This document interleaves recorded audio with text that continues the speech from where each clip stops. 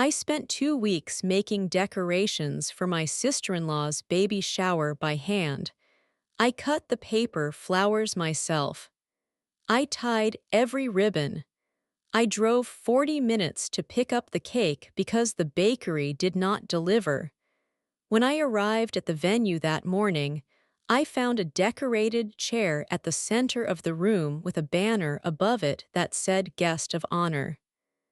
I assumed it was for the mother-to-be. It was not.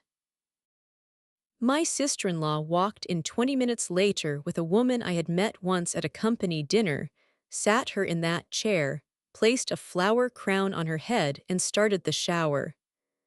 My husband's name was in that woman's phone as my love. I did not know that yet, but I was about to find out. And once I did not cry. I did not confront anyone. I went home, I opened my laptop, and I started making a different kind of plan. I need to stop here and ask you something. If you showed up to an event you helped build, and the seat of honor went to the woman your husband had been lying to you about, what would your first move be? Would you leave? Would you say something in front of everyone? Would you call your husband right there from the parking lot? Or would you do what Lily did and stay the entire time, smile through every game, eat the cake you drove 40 minutes to pick up, and say nothing at all? Tell me in the comments. Because the answer matters more than you think. Stay with me. What Lily found when she got home that evening changed the entire shape of the next year of her life. My name is Lily. I am 36 years old. I am a pediatric occupational therapist, and I have spent my entire career learning how to read situations that other people miss. How to notice the small signals that tell you something important is happening beneath the surface. I tell you this not to make myself sound impressive, but because it is painfully ironic.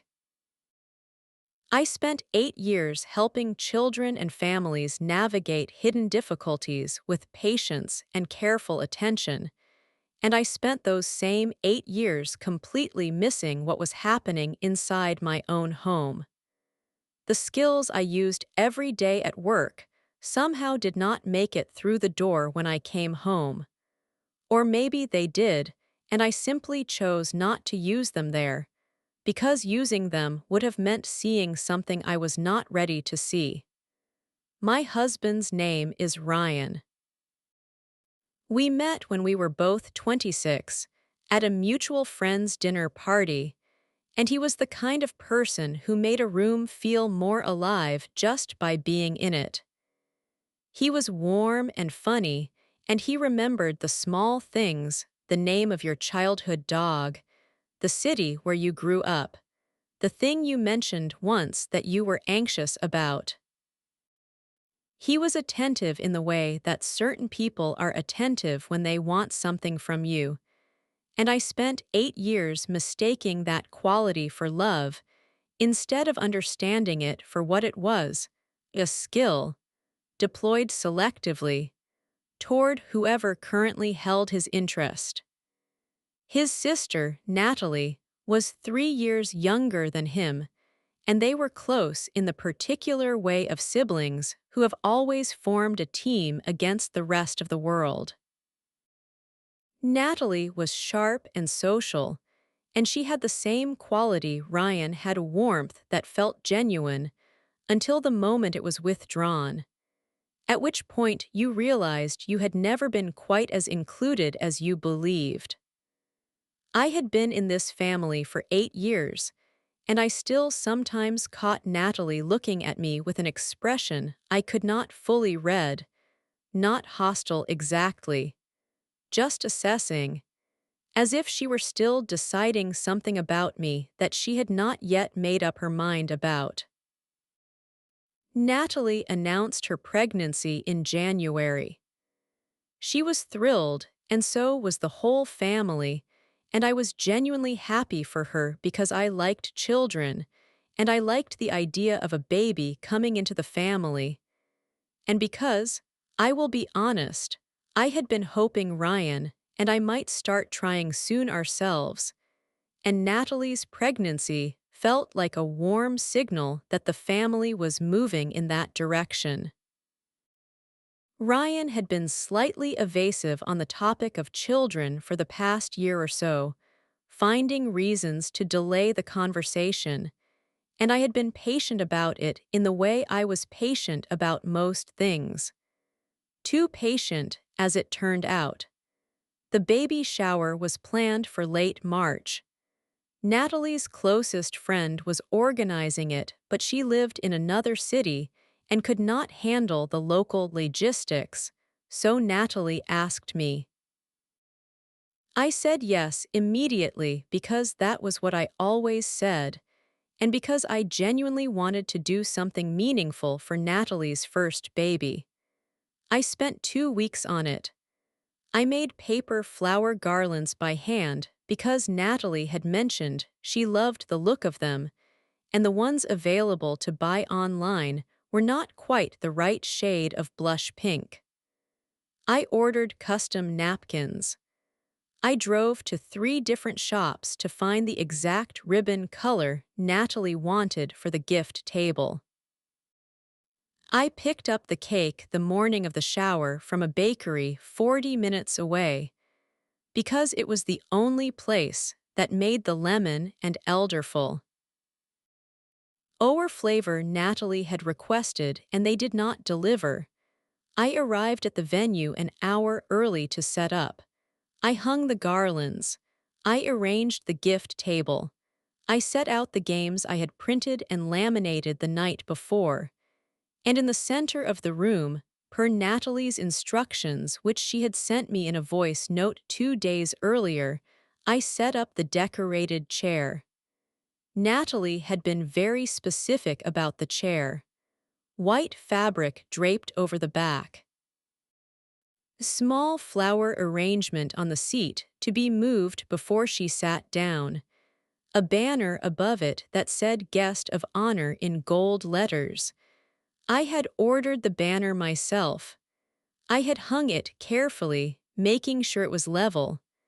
I stood back and looked at it and thought it looked lovely. The guests arrived from 10:30 onward.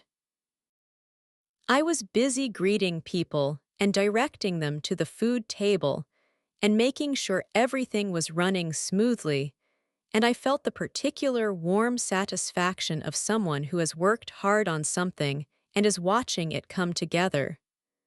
Then at 11 Natalie arrived. She walked in and hugged everyone and said it was all beautiful, and I felt genuinely pleased. Then she turned toward the door and said, loudly enough for the whole room to hear, that she wanted to introduce someone very special. A woman walked in. Her name, I would learn later that evening, was Vanessa. I had met her once, briefly, at a company dinner Ryan had taken me to about a year earlier. She worked in his industry, peripherally. I had exchanged maybe 4 sentences with her total. She was attractive in a polished, careful way, and she had looked at me at that dinner with an expression I had filed away as professional coolness and then forgot about entirely. Natalie took Vanessa by the hand and walked her to the decorated chair. She picked up the small flower crown that was sitting on the side table, which I had also made, and which I had assumed was for Natalie herself, and she placed it on Vanessa's head. She said, "Everyone, this is Vanessa, and she is the most important person in my brother's life, and I want her to feel celebrated today." Then she started the shower. The room applauded. Someone said how sweet. I was standing near the gift table holding a pen I had been using to label name tags, and I did not move for a moment. I was doing the thing I do when something does not make immediate sense, which is to stay very still and process it before responding. The most important person in my brother's life. I was Ryan's wife. I was the most important person in Ryan's life. That was the contract we had made 8 years ago in front of everyone we loved. I looked at Vanessa in the flower crown I had made. I looked at Natalie, who was not looking at me. I looked at the other women in the room, some of whom I knew and some of whom I did not, and I could see on the faces of the ones who knew me a specific kind of discomfort, the look of people who have just witnessed something they were not sure how to respond to and have decided to respond to it by looking at their plates. I made a decision in that moment that I want to be clear about. I decided to stay. I decided to run the shower I had spent 2 weeks planning. I decided to serve the cake I had driven 40 minutes to collect. I decided to smile and hand out the games I had laminated and refill the drinks and do every single thing I had come there to do.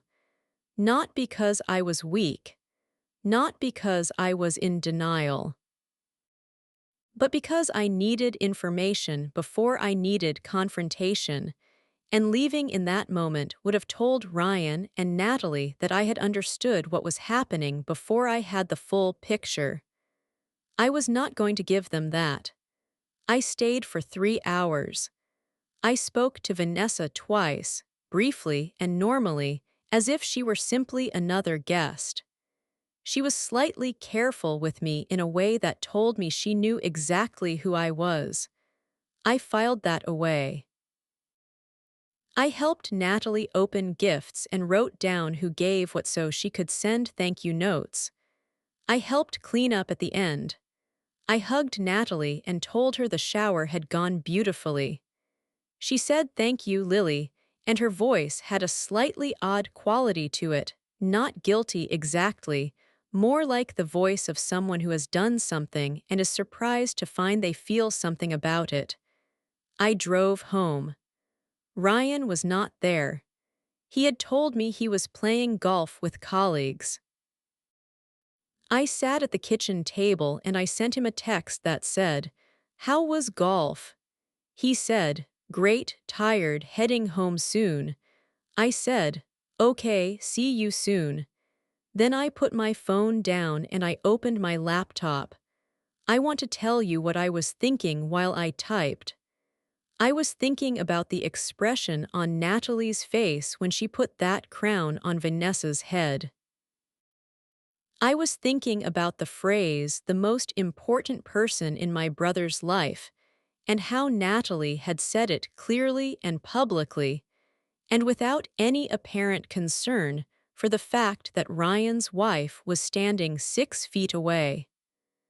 I was thinking about the company dinner a year ago and the way Vanessa had oaked at me, not with hostility, but with the specific knowledge of someone who knows more about your life than you know about theirs. And I was thinking about Ryan's evasiveness on the topic of children, which I had been excusing for a year, and whether that evasiveness had a shape I had not yet fully seen. I started where most people start, which was social media. Vanessa's Instagram was public. I went back through it 18 months, looking at it differently than I would have looked at a stranger's profile, looking for the things that would mean something if you knew what to look for. I found 3 things in the first 20 minutes. The first was a photo from 11 months ago at a rooftop bar that I recognized. Ryan had told me he had been at that bar for a colleague's birthday the same weekend. In the photo, Vanessa was with a group of people, and in the back left corner was a man whose jaw and shoulder I recognized before I could see his face fully. The second was a comment on a photo from 8 months ago that said simply, "Always." The account that left that comment had no profile picture and a username that was a string of letters and numbers. But when I clicked on it, it had no posts and followed exactly one account. Vanessa's. The third was a tagged location from 6 months ago at a hotel in a coastal town about 2 hours from our city, on a weekend when Ryan had told me he was at a professional development retreat. I did not cry. I want to keep saying that because I think people expect a woman in this situation to cry, and I understand why. But what I felt was not the kind of thing that produces tears. It was the kind of thing that produces a very specific, very focused clarity. It was the feeling of a picture coming into sharp resolution after being slightly blurred for a long time. It was recognition.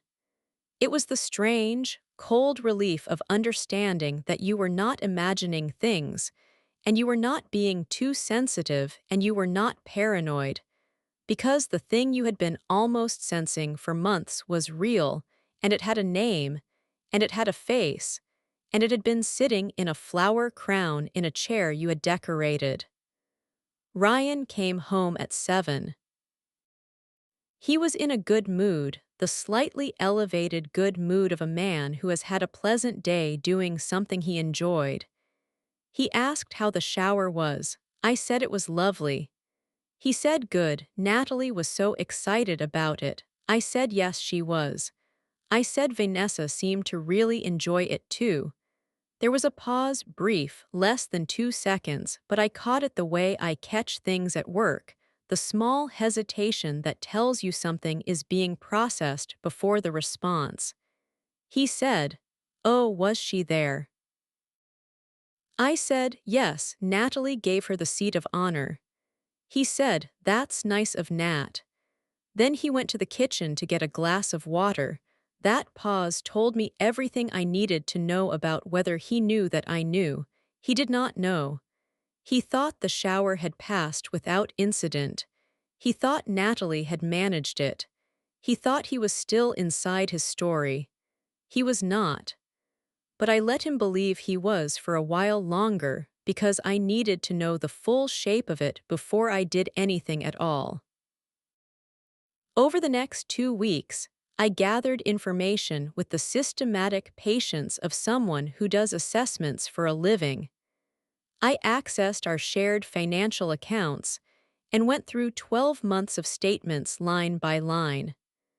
I found restaurant charges on weeknights when Ryan had said he was working late, at places we had never been to together.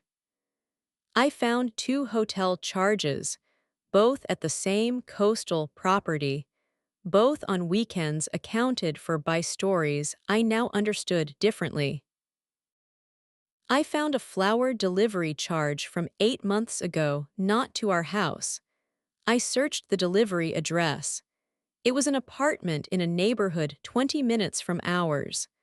I found a receipt in his jacket pocket, not by going through his things deliberately, but because I was taking his jacket to the dry cleaner, and I checked the pockets the way I always checked pockets before dry cleaning, the way I had done for 8 years without finding anything that mattered. The receipt was from a jewelry store. A bracelet. The date was 4 months ago. I did not own a new bracelet from 4 months ago. I put the receipt in the drawer where I kept important papers. I took the jacket to the dry cleaner. I came home and added the receipt to the folder I had started on my laptop, where I was keeping screenshots, dates, and notes in a document I had password protected and titled, with a flatness that I think was its own kind of grief, simply, record. I called a therapist named Dr. Anita, who I had seen briefly 2 years ago during a stressful period at work. I called her not because I was falling apart, but because I wanted a space to think clearly with someone who was not connected to any part of this situation. Dr. Anita saw me the following Tuesday. I walked her through everything in the measured, factual way I present information at W. She listened. She asked good questions. At the end, she said something that I wrote down afterward because I wanted to keep it. She said that the clarity I was experiencing was real and that it was mine, and that what I did with it was entirely my choice, and that whatever I chose, I was allowed to take my time. I was going to take my time. I had already decided that. What I had not yet decided was exactly what the end of the time would look like. Answer to that question came from an unexpected place. It came from Natalie. 3 weeks after the shower, Natalie called me. She called on a Tuesday afternoon while I was between appointments at work. She said she had been thinking about the shower and she wanted to talk to me. I stepped into an empty office and I closed the door and I said, "I am listening." Natalie said she wanted me to understand that what had happened at the shower was not meant to hurt me. She said things had been complicated. She said Ryan and I had been struggling for a while, she could see that, and she said Vanessa was important to Ryan and she had wanted to make her feel welcomed by the family. She said she hoped I could understand that families had to support each other. I let her finish. Then I said, "Natalie, how long have you known about Vanessa?" There was a silence. Then she said, "Lily, it's complicated." I said, "How long?" She said, "About a year." I said, "Thank you for telling me that." Then I said I needed to get back to work and I ended the call. A year. Natalie had known for a year. She had watched me plan her shower. She had sent me voice notes about ribbon colors. She had let me drive 40 minutes to pick up her cake. She had let me hang the banner and make the flower crown and set up the chair, and she had known for a year that the crown was going to go on someone else's head. I sat in that empty office for 4 minutes after I hung up. Then I went back to my next appointment because my clients needed me present, and I was not going to give this situation the power to make me bad at my job. But I made a note in my phone while I walked down the hallway, just 3 words. That said, "Call a lawyer." The lawyer's name was Patricia. She was referred to me by Dr. Anita, who said she had seen several clients through difficult marriage endings, and Patricia was the person she would call herself. I met with Patricia the following Friday during my lunch break. I brought the folder. Not the physical folder, I had converted everything to a digital document that I had printed cleanly and organized by date. Patricia read through it carefully. She asked me questions that were precise and unsentimental. At the end she said, "You have been thorough." I said, "It is how I work." She almost smiled. Patricia explained the legal landscape to me clearly. She explained what the marriage had produced in terms of joint assets. The house, which we had bought 4 years ago, the joint investment account, the retirement savings. She explained what a fair settlement would look like and what documentation would strengthen my position. She said the financial records I had were useful. She said the evidence of the affair, while not directly relevant to asset division in our jurisdiction, was useful context. She asked if I had any reason to believe marital funds had been used to finance the relationship. I thought about the hotel charges. I thought about the jewelry receipt. I said, "Yes, I believe so." She said, "Good. Then let us make sure we can demonstrate that." Patricia connected me with a forensic accountant. His name was Marcus, and he was methodical in a way that I found deeply reassuring. I gave him access to every financial record I had. He came back to me in 10 days with a report that documented, over a period of 16 months, approximately $43,000 in expenditures that were inconsistent with our household budget and could not be accounted for by Ryan's documented business expenses. Hotel stays, restaurants, the jewelry, a weekend rental property booking in a coastal town that matched the dates of the hotel charges from Vanessa's tagged Instagram location. $43,000 from money that belonged to both of us. I want to pause here and tell you something about what it felt like to read that number. Because $43,000 is not an abstract figure. It is the cost of the kitchen renovation we had decided was too expensive last year. It is the fertility consultation Ryan had said we should wait a little longer before booking. It is 2 years of the holiday fund I had been carefully adding to because I wanted us to take a real trip for our 10th anniversary. It is the version of our life that had been quietly hollowed out from the inside while I was driving to ribbon shops and laminating baby shower games and trusting the man I had married. I did not break down when I read that number. I added the report to the folder. Patricia filed the divorce petition on Thursday morning in May.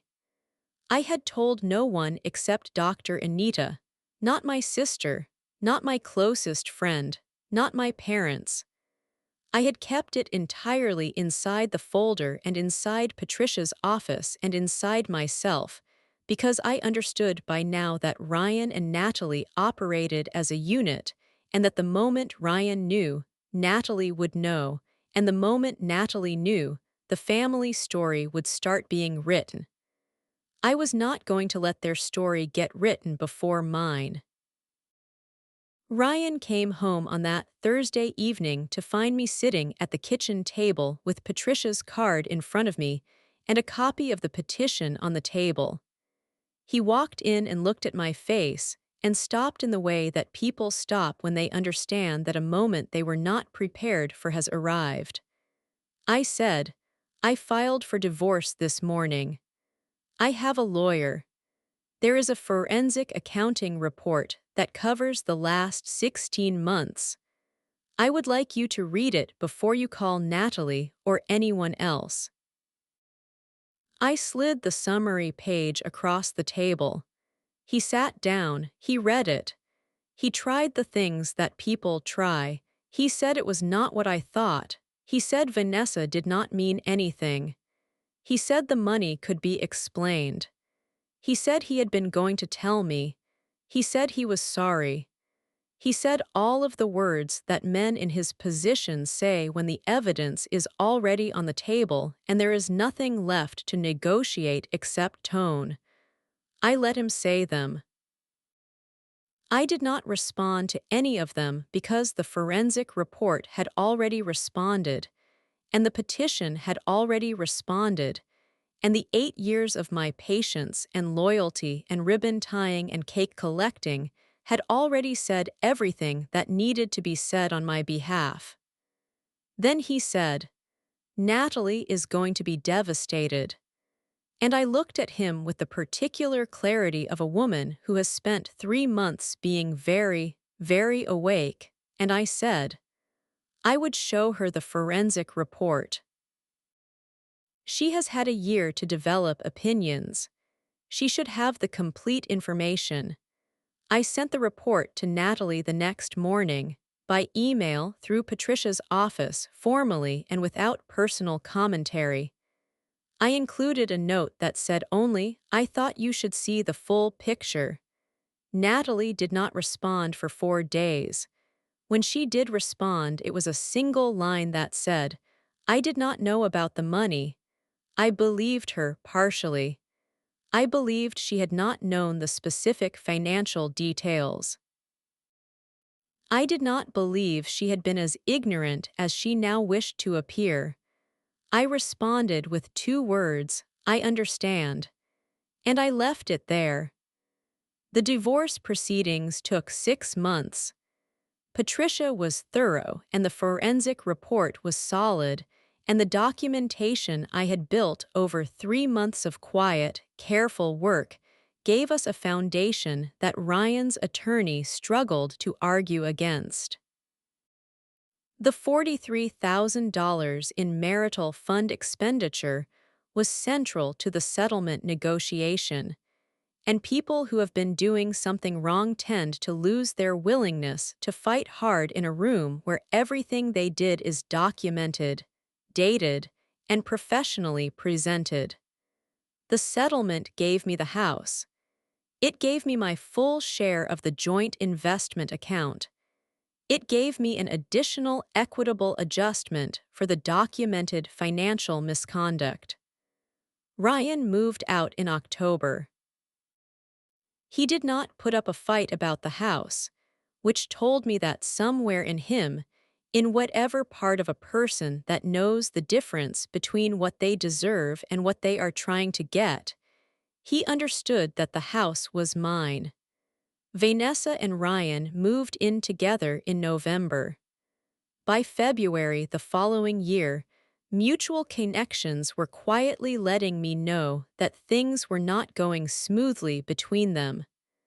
I did not ask for details. I noted it the way you note the end of a weather pattern with mild interest and no investment in what came next for them. Natalie reached out in January, 3 months after the divorce was finalized. She sent a message that said she had been doing a lot of thinking, and she was sorry for her role in what had happened, and she hoped that one day I could forgive her, for the sake of the baby who was now here and who I had not yet met. I read the message 3 times. I thought about the 2 weeks I had spent making paper flowers. I thought about the flower crown. I thought about the voice notes about ribbon colors sent by a woman who had known for a year. I thought about the cake. I thought about driving 40 minutes to a bakery for a woman who had already decided to give the seat of honor to someone else. I wrote back 4 days later. I said, "Natalie, I hope you and the baby are well. I am not in a place where I can offer forgiveness right now, and I want to be honest with you about that rather than offer something I do not mean. I wish you well." I sent it and I closed the app and I made myself a cup of tea and I sat in my house, and I drank it. Let me tell you what my life looks like now, because I think this is the part that matters most.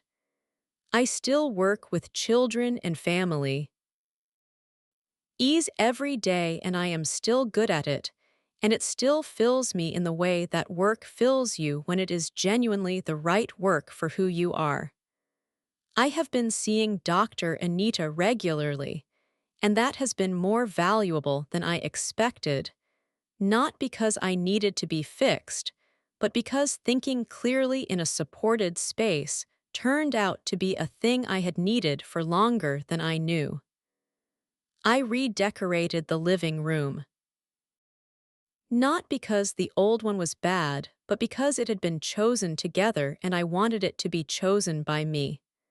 I painted the walls a shade of deep green that Ryan had always said was too dark, and it is exactly right. And I look at it every morning when I come downstairs, and I feel something simple and clean that I have decided to call mine. My sister came to stay for a long weekend in the spring. We sat in the backyard on the first warm day of the year and she said, "Lily, you seem different." I asked how. She said, "Like you are taking up the right amount of space." I thought about that for a long time afterward. I thought about 8 years of making myself smaller in the family, in the marriage, in the kitchen while Ryan's needs took precedence, in the corner of rooms where I was welcome but never quite central. I thought about how much energy that takes, the daily micro-adjustments of a woman trying to fit into a space that was never quite sized for her. I am taking up the right amount of space now. In my green living room, in my house, in my work, in the Sunday mornings that belong entirely to me. The paper flower garlands from the shower are long gone, obviously. But sometimes, when I am making something with my hands, which I still do because I still love making things, I think about those garlands and I think that they were beautiful and I made them well, and it is not the garland's fault where they ended up. Some of the best things we make end up decorating rooms we were never meant to stay in. That does not make the making wrong. It just means we know better now about which rooms to walk into. I know better now. The green paint dries clean. The tea is good. The house is mine. And the $43,000 that was taken from the life I thought I was building has been accounted for, professionally, in writing, with a date and a signature, and all the documentation that a woman with a folder and a good lawyer can produce when she has decided, quietly and completely, that she is done being easy to take from. I am done being easy to take from. If Lily's story reached something in you, I want to know which moment hit the deepest. Was it the flower crown she made that ended up on someone else's head? Was it the $43,000? Was it the call with Natalie where she found out the sister-in-law had known for a year? Or was it the green paint, the living room wall that Ryan always said was too dark and turned out to be exactly right? Tell me in the comments. And if you know someone who is spending their energy decorating rooms they were never meant to stay in, send them this. Not as a warning. As a reminder that clarity is not cruelty, it is just finally seeing clearly. Subscribe if you want to stay in this space. The next story is ready. It is just as quiet and just as real and just as satisfying as this one.